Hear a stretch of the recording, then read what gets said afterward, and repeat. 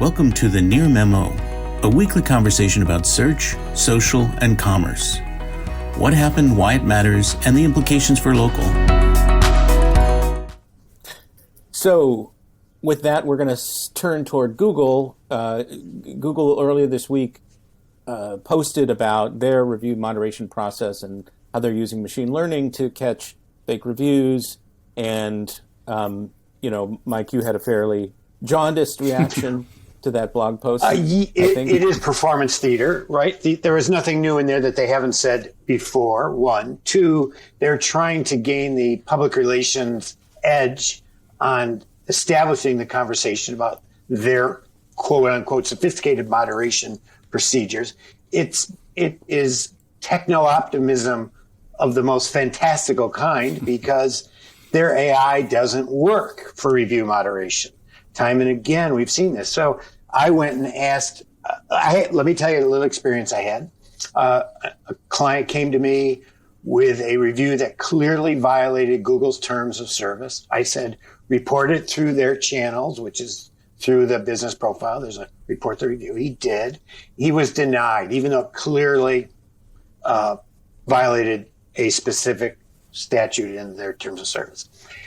I then said, let's post it in the forum. He posted it in the forum with 2 links referencing his business profile and the rule. And because of the 2 links, his post got nuked in the forum. Didn't show. What a spammy link builder. It was a spammy link builder. So I had to figure out how to get his post in the forum. We finally got it in. I then escalated that. And upon review, it was then taken down because it was truly a violation. So that's their review moderation process. Untenable to any business in the world without somebody like me charging $300 an hour to guide them through it. Exactly. I mean, you're like a super insider, and what tiny little fraction of the public has access to people like you or Joy or Crystal?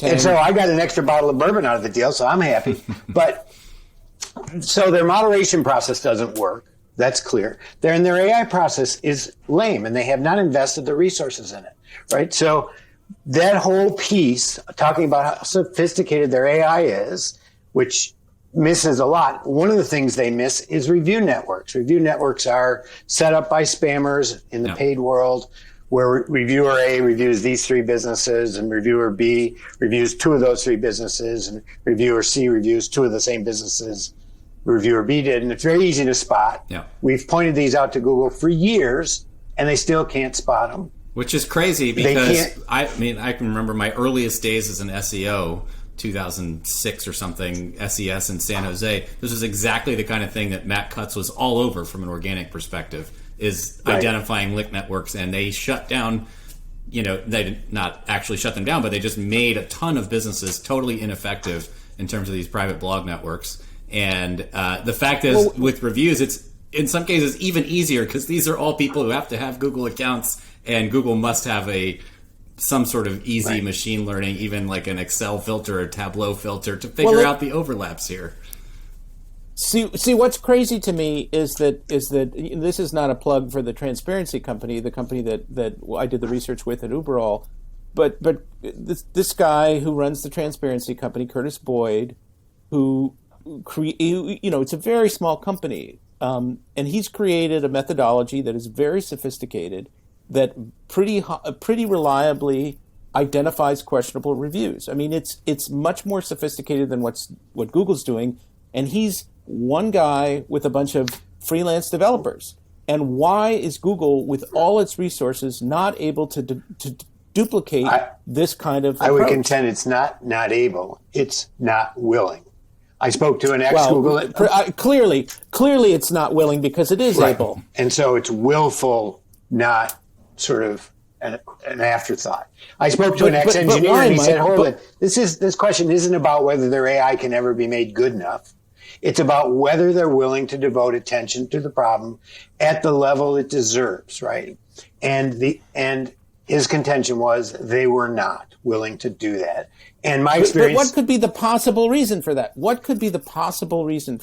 I mean, somebody who's really cynical would say, well, Google is now starting to make money off of these review fraudsters because it's getting into LSAs and There are other scenarios where maybe there's some indirect monetary benefit. But I'm sort of, I don't know. Let me explain to you what I see happening here. Google is a bottom-up engineering firm in which small engineering groups are allowed to experiment and find multi-million-dollar solutions or data sources on their own. They test those. The ones that work bubble up and get tested by 10 or 20 or 30% and finally baked into the product. And then maybe nuked, who knows? But it's a bottom-up engineering. And review spam is not an exciting topic. It has to be, the priorities for it would have to be set at the highest levels. There's no profit to be made. There's only people to piss off in it, right? Every time they tighten down their bad AI, you can see the complaints in the forms of good reviews being nuked, going up. Google wants to do it at scale. They don't want to put the human moderation in that it requires, because that is more expensive. They obviously can afford to do it, but they've got review grade. They've got search quality humans that rate search quality. Why but they're trying to do it completely in an automated way, and this whole piece was them telling the FTC, "Oh, you have requirements for moderation." Of this ilk, and we are doing that. It was strictly a PR ploy to get in front of this story, to be out there, and it's reprehensible because they, along with Amazon, but they in the local space are single-handedly fucking the whole space up. Well, so in parallel to this blog post that went out, they had another blog post on how AI is being used in search, and they talk about BERT, and they talk about MUM, and they talk about neural mapping. And they're saying, oh, look at all the sophistication that we're bringing to search that didn't used to exist. Clearly, they have the tools to do this, even on just a pure machine basis. Although that piece, you've heard of magical realism, right? This is sort of a theme in literature. They sort of involve themselves with magical techno-optimism through a combination of hubris and some brilliance and some good luck. They think that AI can solve many, many more problems than it can actually solve. It's a statistical model that has huge gaps at each end that require human moderation. And they're unwilling to put in place moderation. If they're unwilling to you can't trust that work in reviews where it's a fairly trivial problem to solve. You can't trust their AI any place, would be my story about that. Not that this stuff is so amazing, but that they're telling us it's so amazing, and it isn't. That's the story. See, I think that this, I've talked at various points about, we've discussed trust and the sort of erosion of trust across the board. And different brands have different trust levels, and you get different surveys that say different things. But across the board, trust is down. People use services, but they don't trust them. That's the sort of trend. And I think that Google could rehabilitate some of that, even though they have a very, very strong brand recognition. They could rehabilitate and increase user trust if they said, hey, users, we're making significant investments in fighting review fraud. They did say that. That's what they said in the article. Just isn't true is the problem. But it's not really to the okay. So but they could make a sincere effort, and then they could market trust as. But Yelp is already staking out that position, Craig. They're claiming that ground with their trust and safety report. Well, but it's not only one. It's not only the province of one company. It's not like who gets there first. It's like who's really. But clearly, doing I guess that's what I'm saying. Is Yelp is trying to they are reading these tea leaves and trying to say we are the most trustworthy, and their BS is just as bad as Google's BS. Just on the other, this is what Apple. This is what Apple has done with its. Apple has marketed privacy. Both in a genuine and in a cynical way. They've made privacy one of the hallmarks of the iPhone, and I think that's having some resonance with people. I think that has helped. Apple has also got some trust issues in some ways, but Google could, I don't know. I mean, Google could really do a lot more than it's doing, but it doesn't feel compelled to for one reason or another. And they're protected by Section 230. They're protected by the First Amendment. And they don't have any liability for any of this fraud that's going on, which, is actually steering people in some wrong directions in some cases. It's very frustrating to me because reviews are a really critical tool, I mean, Mike, you pointed out in your piece on the 10 review platforms. Let's talk about that for just a minute. The 10 review platforms, that reviews have been a really important development on the internet, and consumers rely on them very heavily. And there's a danger to that if this kind of spam and fraud continues as it has. So, I mean, we're sort of running a little long today, but why don't you say something about the 10 platforms? So when the FTC announced their $4.2 million fine against Fashion Nova, a Yotpo client, they simultaneously released guidelines for marketers and brands as well as platforms, and sent 10 letters to review management platforms that they had found were making claims on their websites of either gating or review suppression or treating negative reviewers differently than positive reviewers. They had found claims of those on their websites from these review companies, and they sent out 10 letters. We, Near Media, filed a FOIA request to get those 10 letters. We did. And on that list is companies like Grade.us, owned by my previous employer, and Reputation.com, Dealer Rater, and a number of other Signpost, which has been in the industry for a long time. iRate, what a great name. EYERATE, iRate. Anyways, a number of companies I've heard of and some I haven't. And sent them specific criticisms of their marketing that would open them up to violations by the FTC. Essentially, review gating is the main. Well, review gating, review suppression, in other words, not publishing negative reviews, and different paths for positive and negative reviews. All three were mentioned. All three. Which, incidentally, one of the things that I found funny about the piece of the letters that the relevant text on their websites that you excerpted, is that they all say the same thing. We're the only company that allows you to separate out satisfied and dissatisfied customers and treat them differently, and sort of benefit your scores with positive reviews. Just as a historical note, I conceived of that idea and shared it with my co-founders at Gather Up, the idea of gating. It was at the time a way to help businesses feel more comfortable with what was perceived and is often the irrational world of reviews. And at the time, it wasn't considered unethical or inappropriate. It was considered reasonable business practice. So one of the points I'd like to make is that what is ethical and what isn't is a somewhat shifting field in this, depending on what Google decides to enforce or what the FTC decides to enforce, what businesses historically have done or don't do. Clearly, there is a need for ethical review behavior, and reviews have become something separate from testimonials. The FTC, unfortunately, has historically treated them in the same bucket as testimonials. I believe that they are so significant in our economy that they deserve at this point to get their own specific legal and ethical treatment. And I believe the FTC is the right agency to do that. But the FTC is underfunded, under-resourced, right. and it's unlikely that they will enforce it. Thus, they would need to partner with state attorney generals who don't seem that interested in this issue. But I see it as somebody needs to create this environment. Google could, but they clearly won't. And Amazon won't, right? And so I am short haul, and these firms that the FTC sent letters to. The reason for a letter is because this isn't a rule. There is no law about reviews, deceptive review practices being illegal. There's no law about it, and there's currently no rule at the FTC.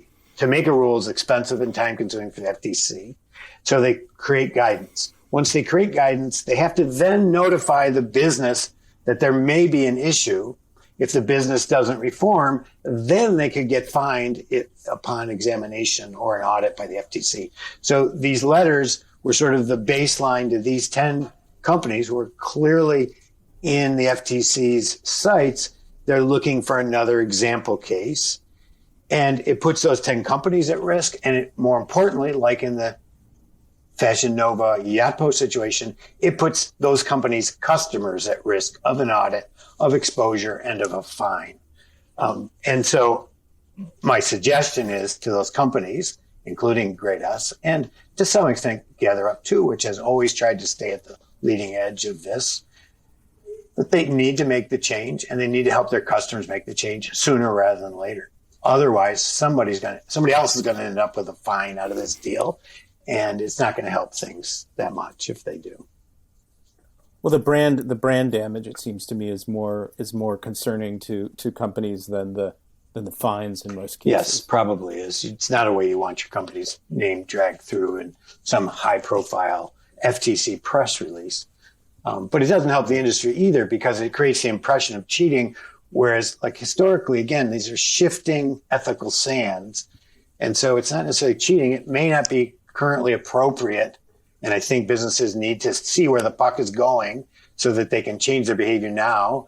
But many will just hide the behavior. Many of these review platforms will take the marketing message off their website, leave it as a feature in the platform, and bet that the FTC isn't going to catch them. It's a business decision, a bad one, but a business decision nonetheless. I think what you have to do, I think it's entirely legitimate to understand your customer's experience, and then if you have customers that have had a bad experience, to be able to treat them separately from customers that have a good experience. I think that's entirely legitimate. But what has to happen is that inquiry needs to be separated from review, solicitation, and publication. Well, the way we did that at GatherUp was when we segmented happy and unhappy, we gave them both the opportunity to leave reviews, and we gave them both the opportunity to give us private feedback.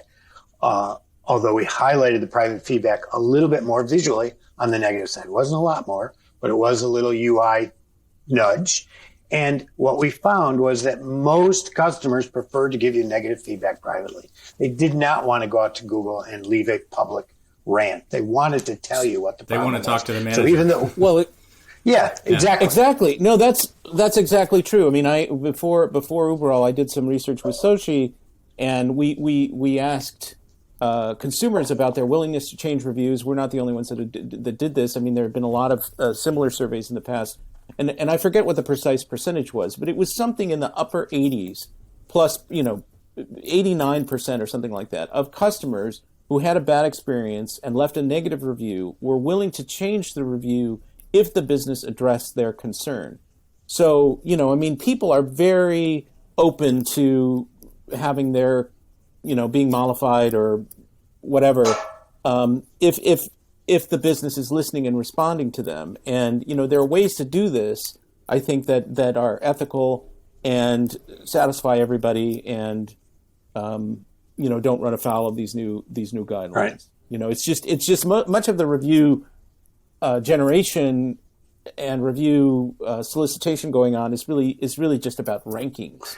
It's not really about customer satisfaction or customer intelligence or feedback. It's really about, we need to generate reviews because this is part of the algorithm and we want to rank higher, and that's the way. I also think it's but about all those conversion,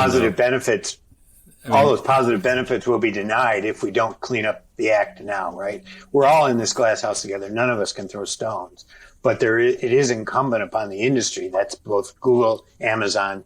It includes the FTC, and it includes all these review platforms and marketers to understand that we're at the precipice of soiling our own, beds. Yep.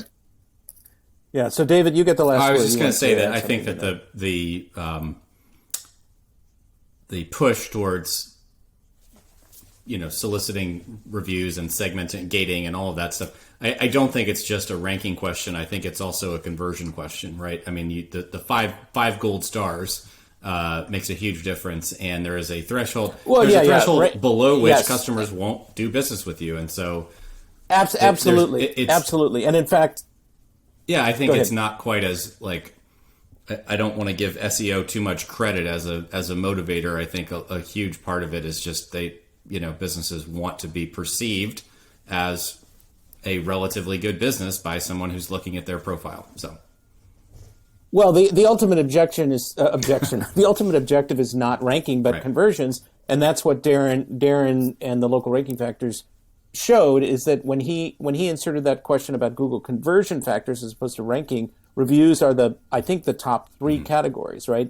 Are review related, and so this is the number one factor that is driving people to convert. And so you're absolutely right. When I said ranking, I sort of implied in that idea is you're getting customers and they're doing business with you. Ranking is a step to conversions ultimately. So I was going to try and make a bad statement about a bad joke about conversions, and anyway, I can't do it. This is a plug for the survey that we sent out. If you're listening and you didn't fill out our survey, we're trying to understand how we can do a better job of catering to your interests, what content you're interested in, what kinds of research we should be doing. So please fill out our survey. It's not obviously discoverable on our site, but you'll see it come through again in the next couple of newsletters. It's going to be really helpful to us. We've already gotten some interesting feedback, and we need a little bit more. So thanks for doing that in advance. And thanks for listening to episode 50 of the Near Memo. Greg, yes. Not only did you downplay it, you didn't mention it. So thanks for sticking with us for 50 episodes. Yes, it's a big milestone for us. So thank you. And thank you for listening to my ranting. I appreciate it. always enjoyable and entertaining. Thanks for joining David, Mike, and Greg. To stay on top of the latest developments in local, subscribe to our newsletter at nearmedia.co. We'll see you next week.